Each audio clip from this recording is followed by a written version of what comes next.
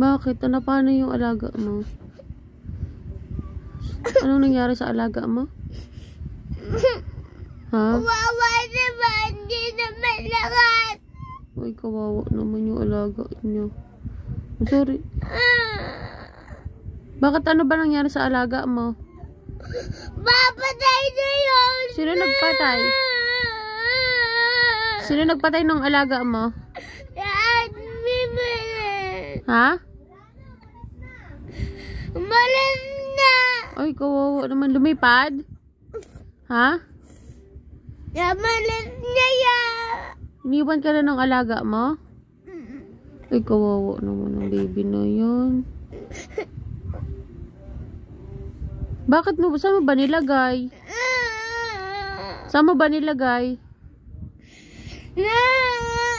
Saan mo nilagay yung alaga mo? Saan mo nilagay? Ha? Saan mo nilagay yung alaga mo?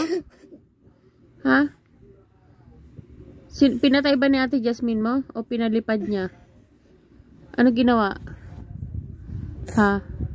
Ano ginawa ni Ate Jasmine? Ha? Kawawa naman yun. Wala na yung alaga niya.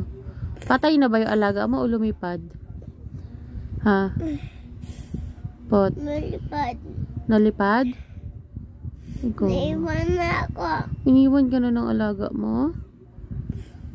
Hindi mo kasi inaalagaan eh.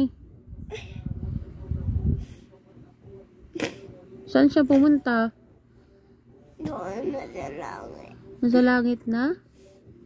Lumipad na doon sa langit? Ha? Wawa naman niya. Iniwan na siya ng alaga niya. Dapat kasi inaalagaan mo yung alaga mo. Babantay mo. Sumbong mo kay papa mo. Pinatay ni Ate Jasmine yung alaga mo. Ha? Sumbong mo ha? Oo naman.